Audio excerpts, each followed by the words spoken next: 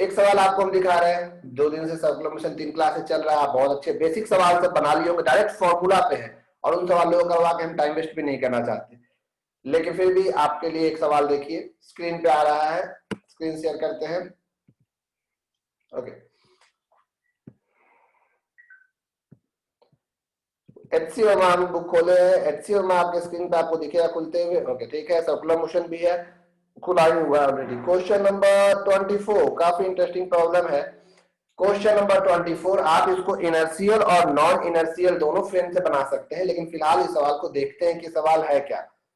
Question number 24 आप सब चाहें तो इसका स्क्रीनशॉट भी ले सकते हैं नंबर 24 का, या तो आप इसको पढ़ के भी अभी क्वेश्चन समझ सकते हैं। यही क्वेश्चन हम करवाने जा रहे हैं। पहला सवाल क्वेश्चन है, a hemispherical bowl of radius capital R is rotated about its axis of symmetry which is kept vertical. A small block is kept in the bowl at a position where the radius makes an angle theta with the vertical. The block rotates with the bowl without any slipping. The friction coefficient between the block and the bowl surface is mu. Find the range of the angular speed for which the block will not slip. Not slip यानी कि skid का भी बात इसमें आ जाएगा। तो question आप देख चुके हैं, इसी क्वेश्चन को हम बताने जा रहे हैं। नंबर 24 आपके स्क्रीन पे यही रहा, ठीक है। कोशिश कीजिएगा कि आपको समझ में आए, या मानते हैं कि कोई शौकिया आध दिन क्लास छोड़ के अचानक से आएंगे तो उनको नहीं समझ में आएगा। कोशिश कीजिएगा कि आप लोग इतना मैसेज कर दिए, हम देखे नहीं आपका। हाँ भेज देंगे सर, लेक्चर में नहीं है, भेज देंगे तुमको। कनेक्ट नहीं हो रहा है, यही सब मैसेजेस हैं आपके। तो इस क्वेश्चन नंबर 24 को देखने जा रहे हैं। आप में से कितने लोगों ने 24 बना लिया है? रेज योर हैंड, कितने लोगों ने 24 बना लिया है? उस टाइप का सवाल, कीड़ा वाला सवाल या ब्लॉक वाला सवाल, कटोरा में कीड़ा है उसको घुमा दिया, कीड़ा उड़ के भागेगा या नहीं भागेगा, या फिसलेगा या नहीं, ऐसे कितने लोग हैं 56 लोगों में जिन्होंने बना लिया है? कोई है नहीं बना है तो इसको सीखिए। ये एक थ्योरी भी हो गया, न्यूमेरिकल भी हो गया, कॉन्सेप्ट सीखने जा रहे हैं। वैसे स्टैंडर्ड लेवल प्रॉब्लम है, स्कूलों में कॉलेजों में जल्दी टीचर्स को देते नहीं है, लेकिन सीखना चाहिए क्योंकि आप फ्रिक्शन भी सीख चुके हैं, न्यूटन्स लॉ भी सीख चुके हैं और सर्कुलर मोशन भी सीख चुके हैं। तो ये सबका मिक्सअप सवाल है, बड़ा मजेदार सवाल है, सीखने की कोशिश कीजिएगा। ये देखिए, ये है कटोरा,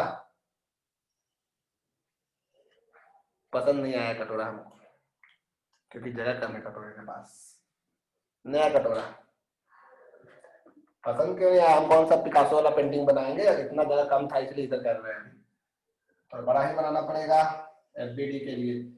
ये देखो, ये प्यारा सा कटोरा, हेमिस्फेरिकल बाउल है ना, इसका इसका रेडियस है कैपिटल आर, ठीक है।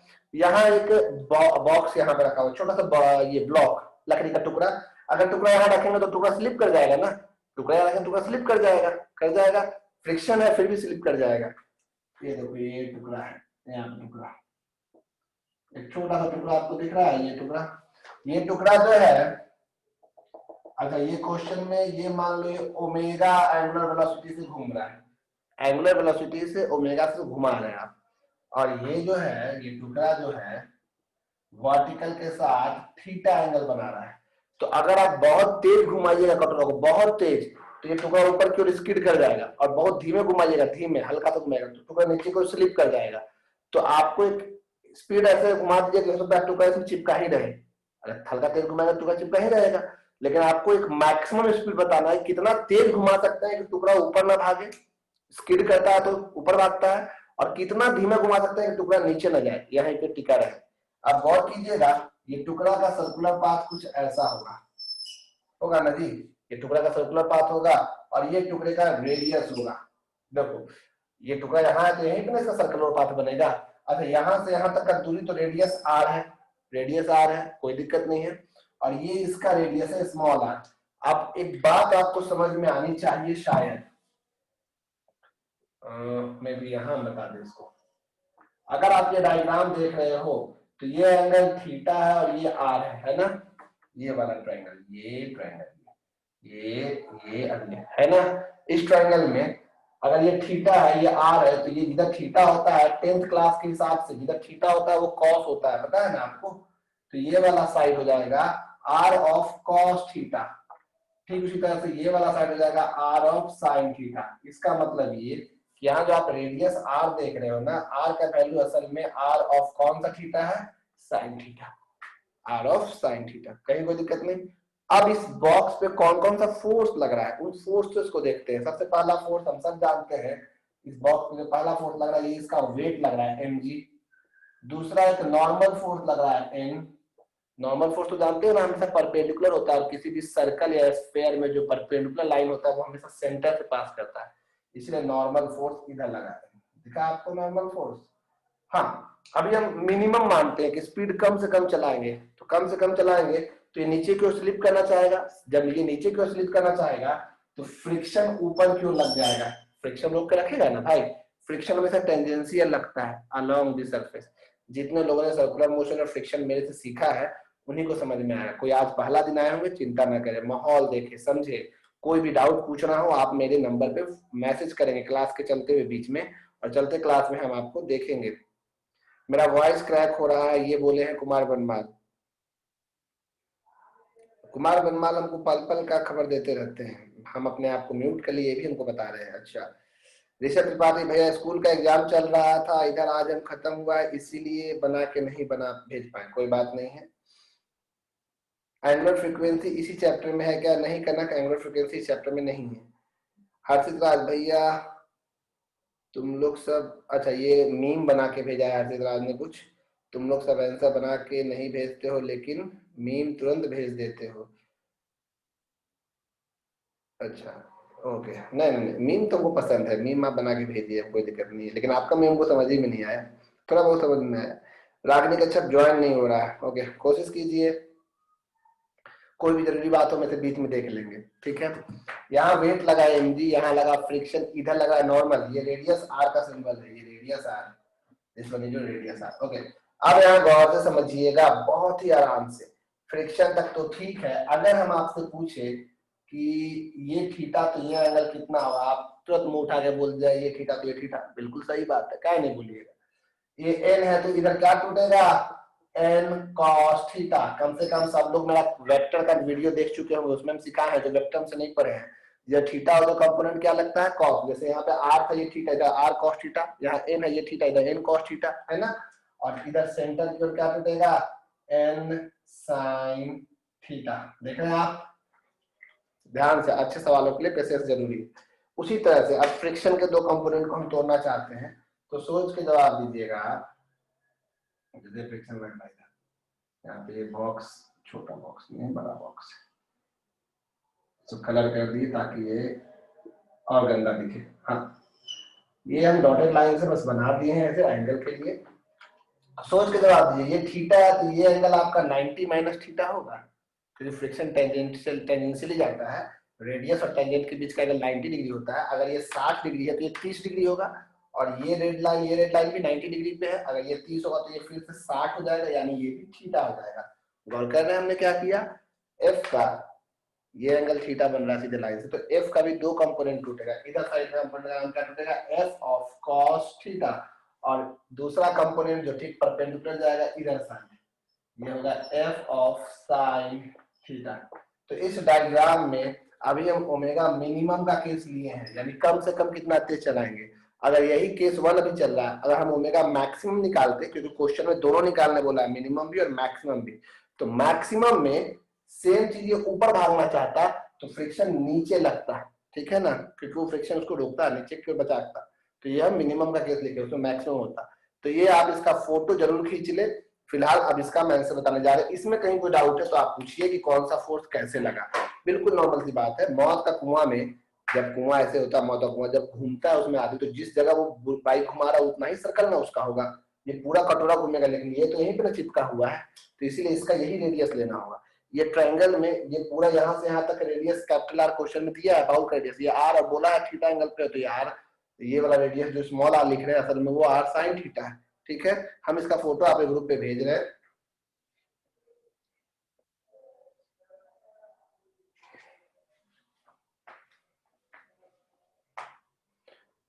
फोटो इसलिए भेज दिए हैं क्योंकि स्क्रीन पे मे भी आपको शायद ये ठीक से ना दिखे, इसलिए आपको हम फोटो भेज दिए। अब ये एफबीडी तैयार है, देख लिया आप एफबीडी, 2-3 कलर का पेन रखिए तो और अच्छा बनता है एफबीडी, जितने तरह के पेन को आप लोग उतना अच्छा बनेगा एफबीडी। अब आगे सुनने की कोशिश कीजिएगा, ठीक है, क्योंकि वैसे ही आधा क्लास है तो बहुत इंपॉर्टेंट है उनके लिए जो पढ़ रहे हैं, एटलीस्ट चाहे जो सीखने की कोशिश कर रहे हैं, हर चीज समझ में आ जाए ये भी जरूरी नहीं है।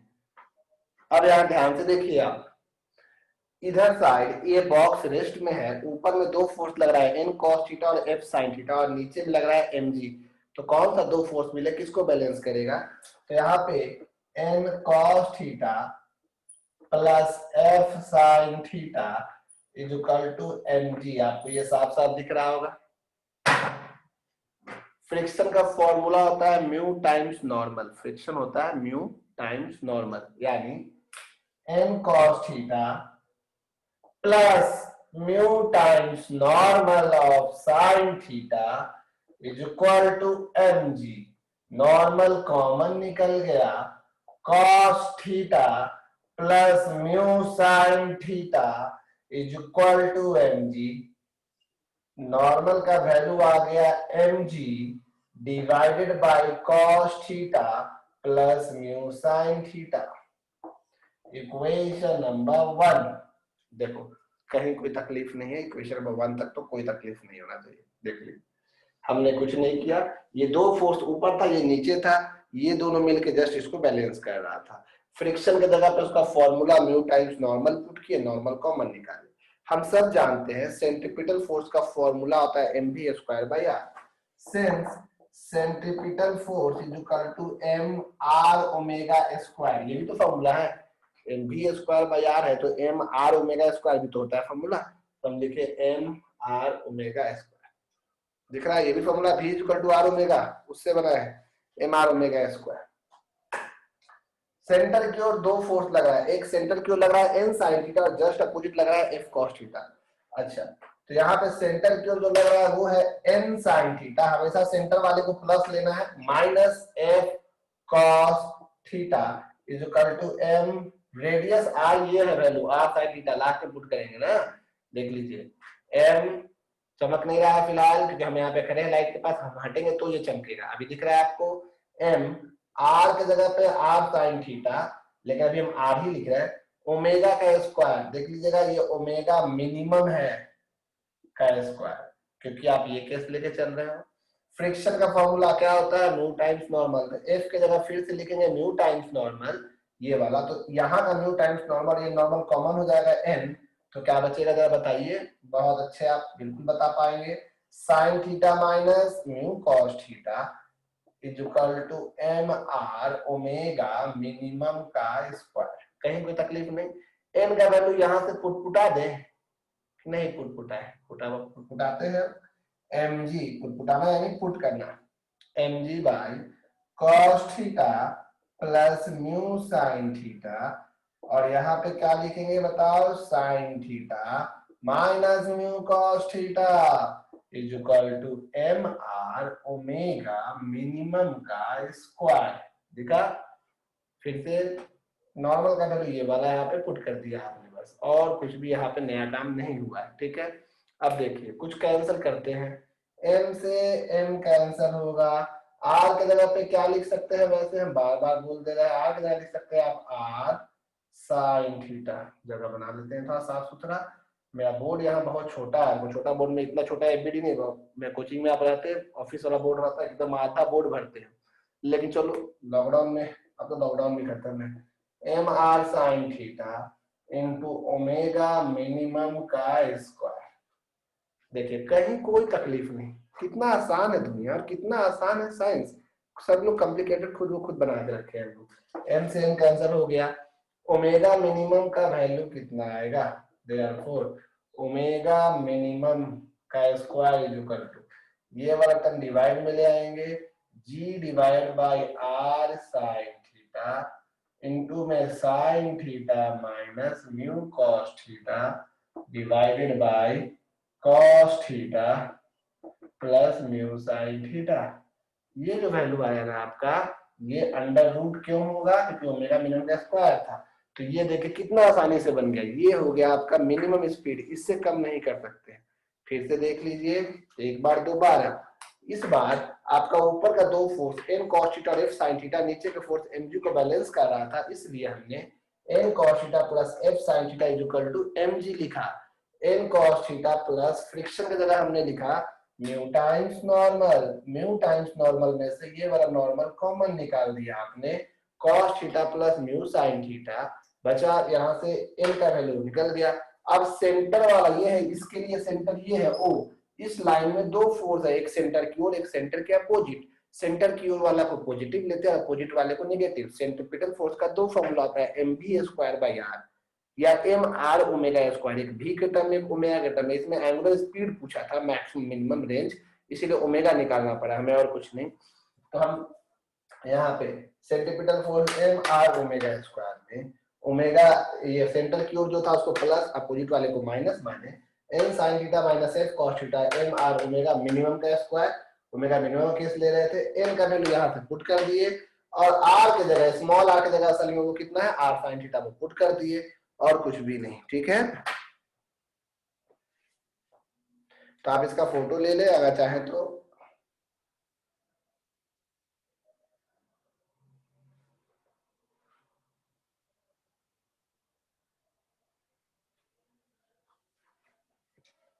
आप इसका फोटो ले सकते हैं। ठीक है, फिर से बोल देते हैं, कभी भी मिनिमम निकाल लिए तो मैक्स निकालने के लिए जहां जहां म्यू दिख रहा है, ये म्यू ये म्यू, इसका साइन उलट दिए, बस हम प्लस कर दिए माइनस, पहले माइनस प्लस था देख लीजिए। तो अगर आपको मैक्सिमम मिनिमम दोनों निकालना हो, रेंज निकालना हो, कभी भी कुछ ऐसा करना हो, तो आप ध्यान रखेंगे कि आप मिनिमम निकालिए या मैक्सिमम को एक निकालिए। बैंकिंग ऑफ रोड वाले केस में भी हम बताए हैं, कोई एक निकालिए, दूसरा उसका साइन उलट दीजिए, म्यू जहां है वहां पे ध्यान रखिएगा, म्यू जहां पे वहां पे, तो आपका काम बन जाएगा। ठीक है, तो ये सवाल आपका हो गया। अब अगले सवाल, अगले टॉपिक पे जाते हैं, छोटा सा है, उसको समझाने की कोशिश करते हैं। वैसे वो प्रूफ में नहीं पढ़ना है, इसलिए हम सीधे रिजल्ट समझा रहे हैं।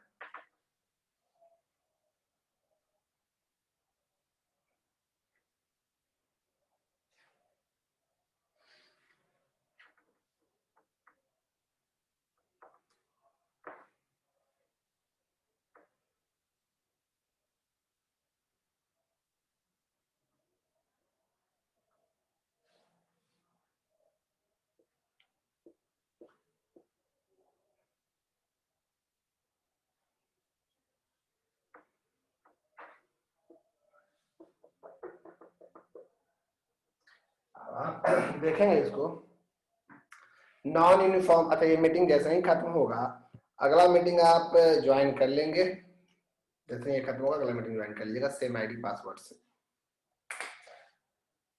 Non uniform circular motion, non uniform circular motion, अब तक आप जो देख रहे थे ना, उसमें जो पार्टिकल था उसका ओमेगा कांस्टेंट था। एक कांस्टेंट, देखो वेलोसिटी कभी भी कांस्टेंट नहीं हो सकता सर्कुलर पाथ में, क्योंकि वेलोसिटी में दो चीजें हैं, मैग्नीट्यूड भी और डायरेक्शन भी।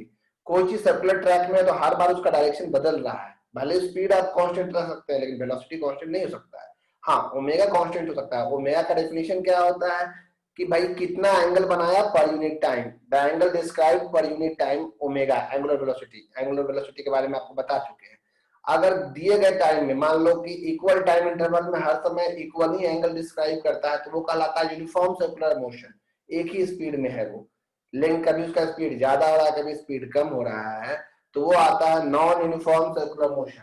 नॉन यूनिफॉर्म सर्कुलर मोशन, तो देखिए कोई भी पार्टिकल अगर सर्कुलर पाथ में है, कोई भी पार्टिकल अगर सर्कुलर पाथ में है, तो उसमें दो एक्सेलरेशन काम करता है। ये भी रिजल्ट प्रूफ किए बिना हम रिजल्ट बता रहे हैं आपको। ठीक है, जब भी कोई पार्टिकल सर्कुलर ट्रैक में है उसमें दो एक्सेलरेशन काम करता है।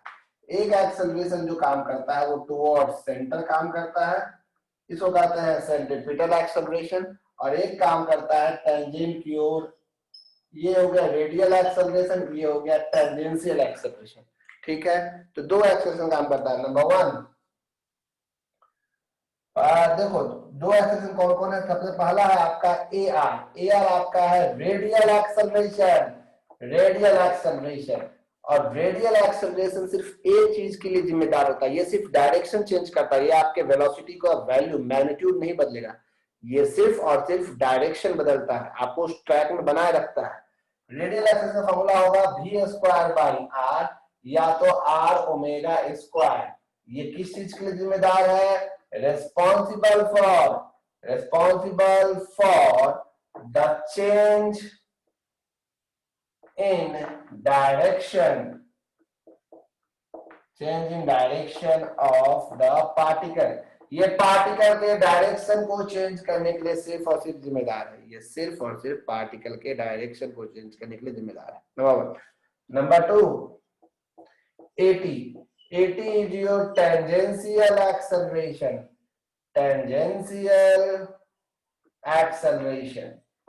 टेंजेंशियल एक्सेलरेशन का फॉर्मूला होता है dv/dt।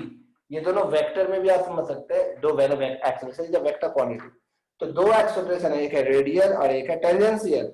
अगर आप कोई रस्सी में पत्थर बांध गोल घुमा रहे हैं, कभी पत्थर को तेज कर दे रहे हैं, रस्सी को कभी धीमा कर दे रहे हैं, इसका मतलब आप टेंजेंशियल वाला चेंज कर रहे हैं, ये वाला एक्सेलरेशन चेंज हो रहा है। अगर हमेशा एक ही स्पीड है उसका तो ये वाला वैल्यू 0 है। तो नॉन यूनिफॉर्म सर्कुलर मोशन में ये दोनों एक्सेलरेशन होता है, यूनिफॉर्म वाला में ये 0 हो जाता है क्योंकि इसमें वेलोसिटी में चेंज होता नहीं है, v कांस्टेंट रहता है, v का मैग्नीट्यूड यानी। लेकिन इस वाले में नॉन यूनिफॉर्म में ये दोनों होगा। ये responsible for the change in speed, और यही कारण है कि हमारा नेट एक्सेलरेशन जो होगा वो हो जाएगा रूट अंडर ए रेडियल का स्क्वायर प्लस ए टेंजेंशियल का स्क्वायर। वेक्टर में आप पढ़े हैं ना, दो वेक्टर अगर 90 डिग्री पे हो तो नेट एक्सेलरेशन कैसे निकलता है? Net acceleration under root x वाला का स्क्वायर फिर y square p square plus q square plus 2p cos theta जो पढ़ा है उसकी बात कर रहे हैं। खैर ए रेडियल का वैल्यू कितना है? तो ये हो जाएगा आपको आर ओमेगा स्क्वायर का होल स्क्वायर प्लस dv/dt का होल स्क्वायर। तो ये आपको ध्यान रखना है, इस फॉर्मूला को आप धड़ल्ले से यूज कर सकते हैं। अगर मोशन नॉन यूनिफॉर्म है तो ये वैल्यू दिया रहेगा, उस समय नेट एक्सेलरेशन ये लेना होगा और फिर F = ma के फॉर्मूले को यूज करना होगा। तो ये बेसिक नॉर्मल का कॉन्सेप्ट है। वैसे आपका सिलेबस में एनसीईआरटी में सिर्फ यूनिफॉर्म सर्कुलर पढ़ना है, लेकिन इसका मतलब ये नहीं कि नॉन यूनिफॉर्म का सवाल नहीं पूछ सकता है कहीं भी। जीवन में इतना बड़ा जीवन है, कोई पूछ सकता है। तो ये बात ध्यान रखिएगा, एक सिर्फ और सिर्फ डायरेक्शन चेंज करता है, एक सिर्फ और सिर्फ वेलोसिटी चेंज करता है, यानी मैग्नीट्यूड स्पीड बदलता है, कम ज्यादा जो भी करना चाहे। तो आप चाहें तो इसका स्क्रीनशॉट ले लें।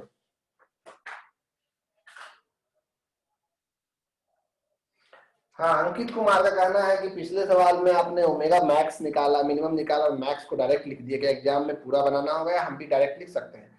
आपको डायरेक्ट ही लिखना है।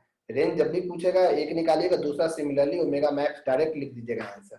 ठीक है, बना के दिखाने का सकता नहीं है, उतना समय नहीं रहता है। लेकिन हाँ, आपके स्कूल के टीचर्स हैं, जैसे बैंकिंग ऑफ रोड में अगर टीचर बोलेंगे बना के ही दिखाओ तो फिर उनकी बात को हम लोग सर आंखों पे रखते हुए बनाएंगे, लेकिन जरूरत नहीं है।